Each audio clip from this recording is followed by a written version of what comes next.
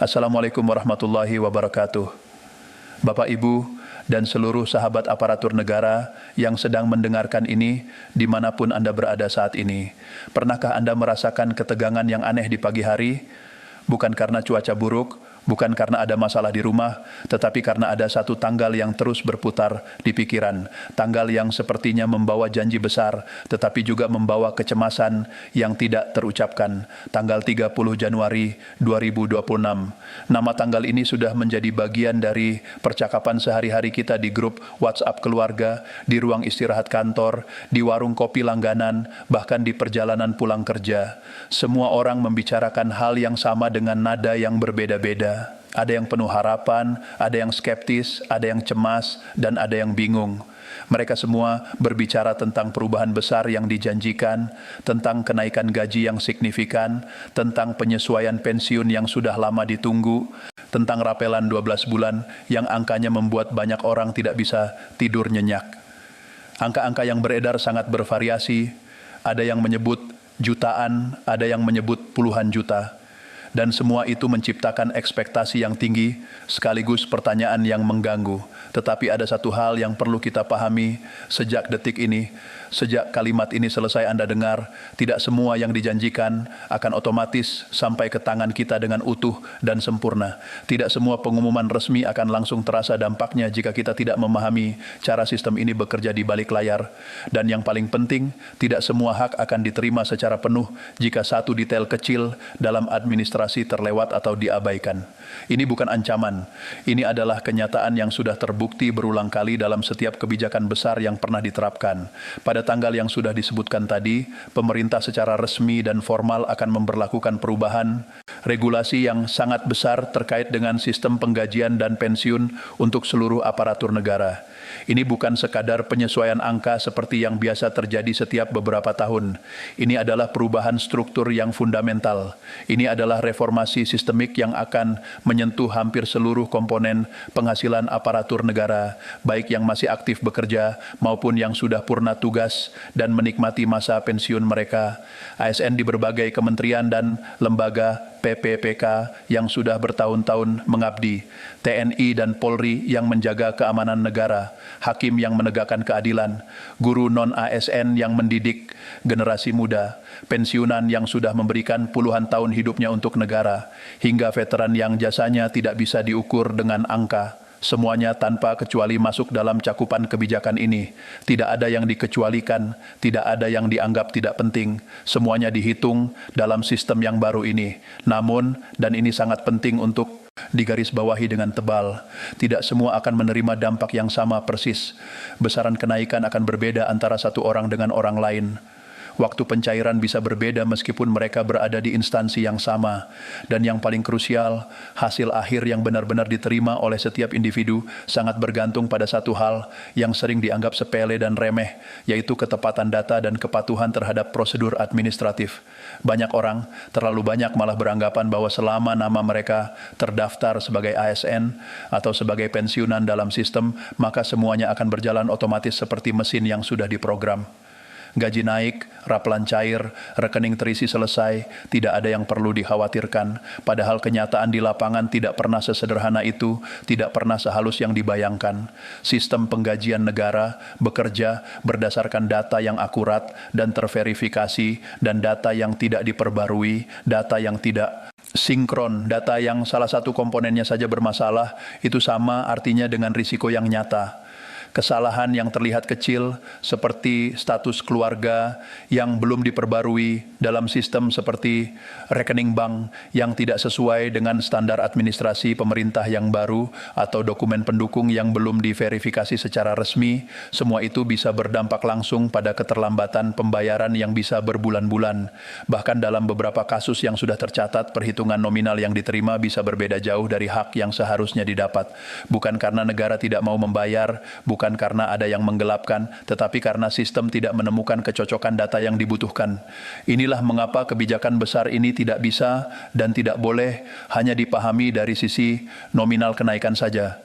Angka memang penting, angka memang yang paling menarik perhatian. Tetapi angka itu hanya akan menjadi kenyataan jika seluruh sistem mendukungnya. Kebijakan ini harus dipahami sebagai satu paket yang utuh dan menyeluruh dari regulasi yang menjadi dasarnya mekanisme pelaksanaan di lapangan, administrasi yang harus dipenuhi hingga implikasi jangka panjangnya terhadap keuangan pribadi setiap penerima dan bahkan terhadap ekonomi nasional secara keseluruhan. Mari kita bicara dengan sangat jujur dan terbuka, tanpa ada yang ditutup-tutupi. Selama ini sistem penggajian aparatur negara memang sering dianggap kaku, lambat, birokratis, dan tidak responsif terhadap kebutuhan real di lapangan. Keluhan ini bukan tanpa alasan. Banyak yang merasakannya secara langsung. Namun pada kebijakan kali ini, pemerintah mengambil langkah yang sangat tidak biasa. Langkah yang jarang terjadi dalam sejarah penggajian aparatur. Rapelan 12 bulan tidak ditunda sampai kuartal berikutnya, tidak dicicil dalam beberapa tahap, tidak menunggu evaluasi tambahan yang bisa memakan waktu berbulan-bulan, rapelan akan langsung dicairkan bersamaan dengan implementasi regulasi baru. Artinya, hak yang seharusnya diterima selama 1 tahun penuh akan dibayarkan sekaligus dalam 1 waktu. Bagi sebagian orang, terutama yang berada di golongan menengah, ini bisa berarti jutaan rupiah masuk ke rekening dalam 1 saat.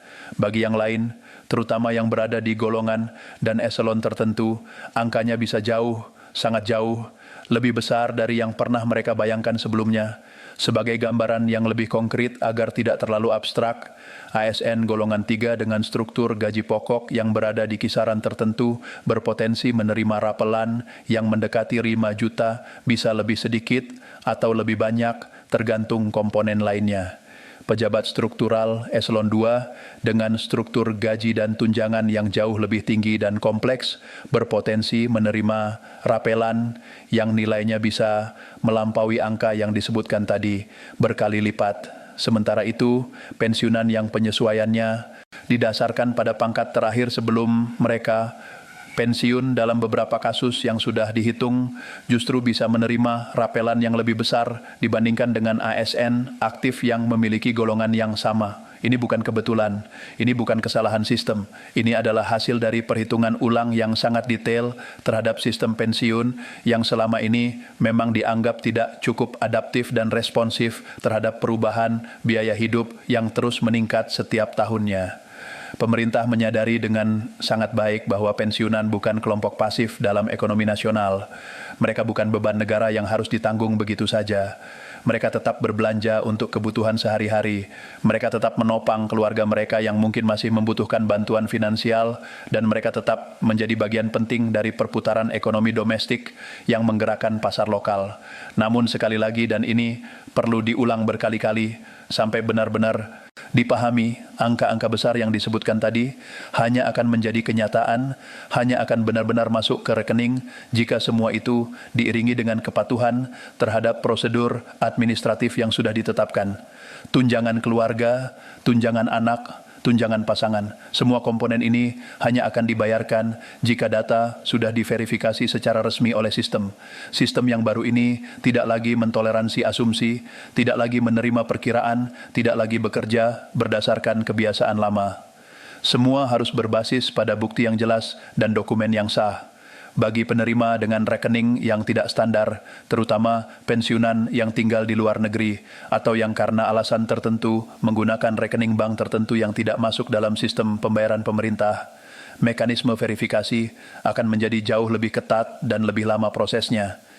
Ini bukan dilakukan untuk mempersulit, bukan untuk menghalangi, tetapi untuk memastikan bahwa setiap pembayaran benar-benar akurat dan dapat dipertanggungjawabkan. Dalam sistem baru yang sudah dirancang dengan sangat hati-hati ini, kecepatan pembayaran akan sangat bergantung pada kelengkapan data yang sudah dimasukkan dan diverifikasi sebelumnya.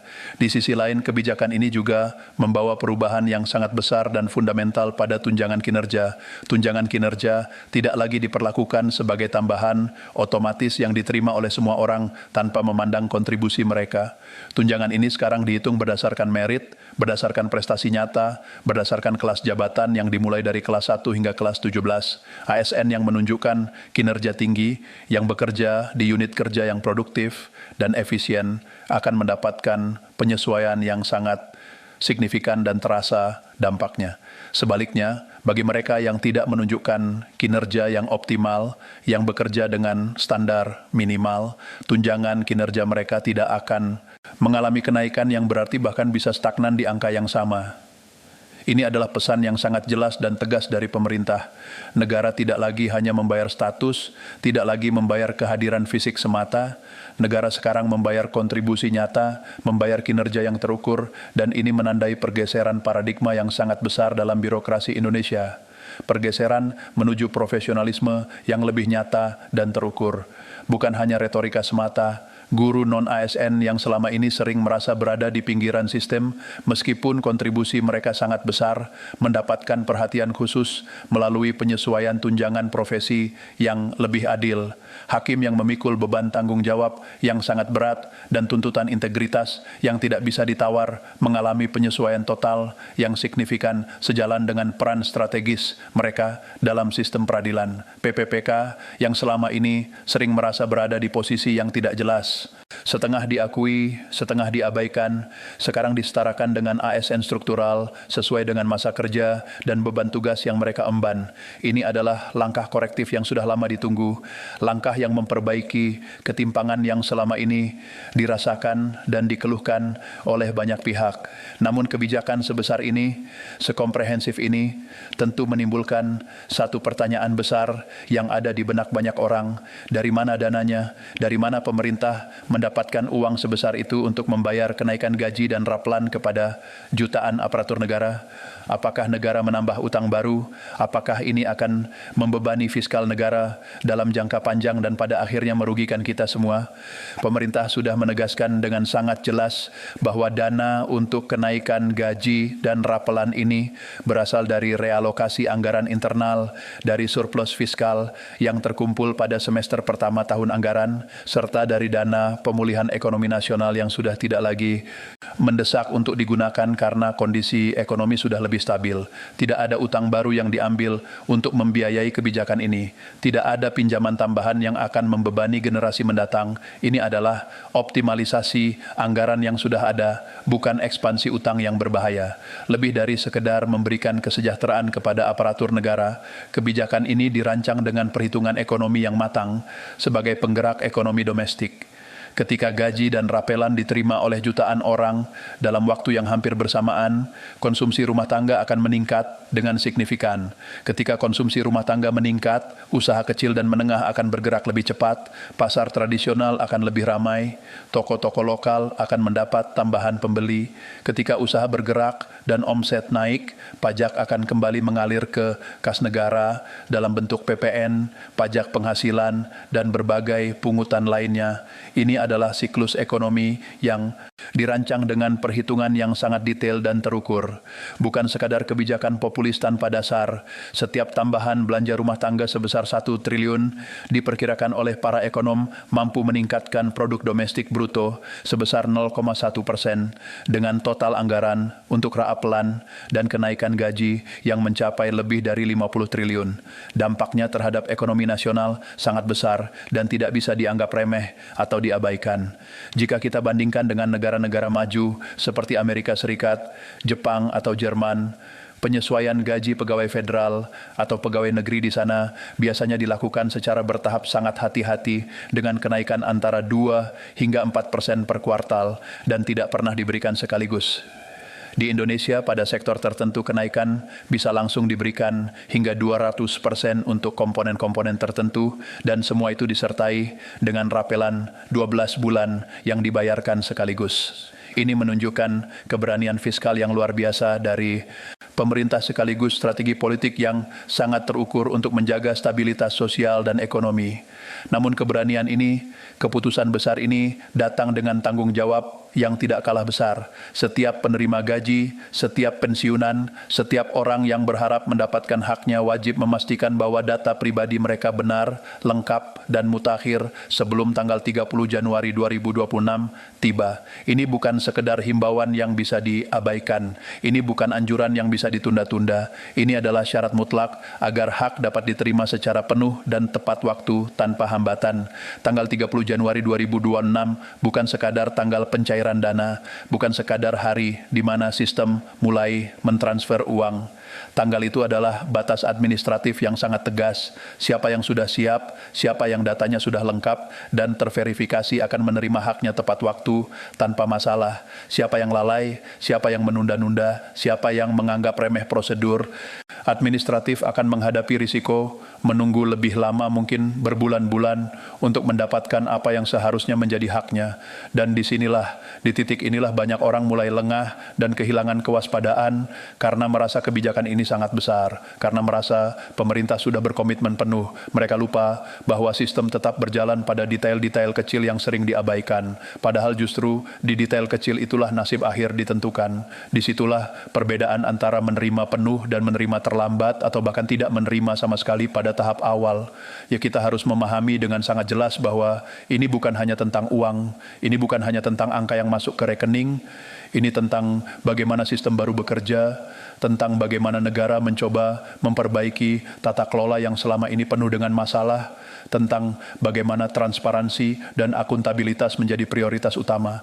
Setiap komponen penghasilan sekarang dihitung secara terpisah, tetapi saling terhubung dalam satu sistem yang terintegrasi. Gaji pokok dihitung berdasarkan pangkat dan masa kerja yang tercatat secara resmi.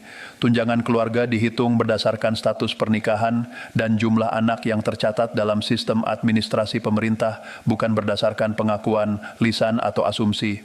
Tunjangan kinerja dihitung berdasarkan kelas jabatan dan hasil evaluasi kinerja unit kerja, bukan berdasarkan senioritas atau kedekatan dengan atasan. Rapelan dihitung dari selisih antara hak lama dan hak baru selama 12 bulan penuh, bukan dari perkiraan atau pembulatan angka. Masalahnya, dan ini yang sering tidak disadari oleh banyak orang, jika satu komponen saja tidak valid, jika satu data saja bermasalah, maka sistem tidak akan berani mengeksekusi pembayaran secara penuh. Sistem akan menahan, akan menandai akun tersebut sebagai bermasalah, dan akan menunggu verifikasi ulang yang prosesnya bisa memakan waktu sangat lama, tergantung kompleksitas masalahnya. Contoh yang paling sering terjadi di lapangan yang sudah tercatat dalam ratusan bahkan ribuan kasus adalah masalah status keluarga. Banyak ASN dan pensiunan yang secara administratif dalam sistem masih tercatat sebagai lajang atau belum menikah, padahal mereka sudah menikah bertahun-tahun bahkan sudah punya anak. Ada juga yang memiliki anak yang secara usia dan status masih berhak mendapatkan tunjangan anak, tetapi data anak tersebut belum pernah dimasukkan atau diperbarui dalam sistem kepegawaian. Selama data ini belum diverifikasi secara resmi, selama dokumen pendukung seperti akta nikah dan akta kelahiran belum diserahkan dan divalidasi, tunjangan keluarga tidak akan dibayarkan, termasuk rapelan untuk komponen tunjangan keluarga selama 12 bulan. Ini bukan angka kecil. Untuk beberapa golongan, tunjangan keluarga bisa mencapai jutaan rupiah per tahun, dan ketika dikalikan 12 bulan untuk rapelan, angkanya menjadi sangat besar. Kesalahan lain yang sangat sering terjadi dan dianggap sepele oleh banyak orang adalah masalah rekening bank. Dalam kebijakan kali ini, pemerintah menegaskan dengan sangat tegas bahwa rekening penerima harus sesuai dengan administrasi yang tercatat dalam sistem kepegawaian. Nama pemilik rekening harus sama persis dengan nama di data kepegawaian. Tidak boleh ada perbedaan satu huruf pun. Nomor rekening harus aktif dan tidak boleh dalam status dorman atau tidak aktif. Jenis rekening harus sesuai dengan standar pembayaran pemerintah. Tidak semua jenis rekening bisa menerima transfer dari sistem penggajian negara. Bagi pensiunan yang sudah mengganti rekening bank mereka karena berbagai alasan, mungkin karena pindah domisili, mungkin karena bank lama tutup, mungkin karena alasan pribadi lainnya, tetapi belum melakukan pembaruan data rekening di sistem. Ini menjadi masalah yang sangat serius dan bisa menghentikan seluruh proses pembayaran. Sistem tidak akan pernah mentransfer dana ke rekening yang tidak terverifikasi meskipun orangnya jelas benar. Meskipun semua data lain sudah cocok, akibatnya dana akan tertahan di sistem bukan karena tidak ada uang, bukan karena pemerintah tidak mau membayar, tetapi karena tidak ada tujuan transfer yang valid dan terverifikasi dalam sistem. Disinilah banyak orang mulai panik, mulai bingung, mulai marah tanpa memahami akar masalahnya. Mereka menyalahkan sistem, menyalahkan pemerintah, padahal masalahnya ada pada kelalaian mereka sendiri dalam memperbarui data. Sekarang kita perlu bicara tentang perhitungan rapelan dengan sangat detail karena ini adalah bagian yang paling banyak disalahpahami dan menimbulkan ekspektasi yang tidak realistis di masyarakat. Ya,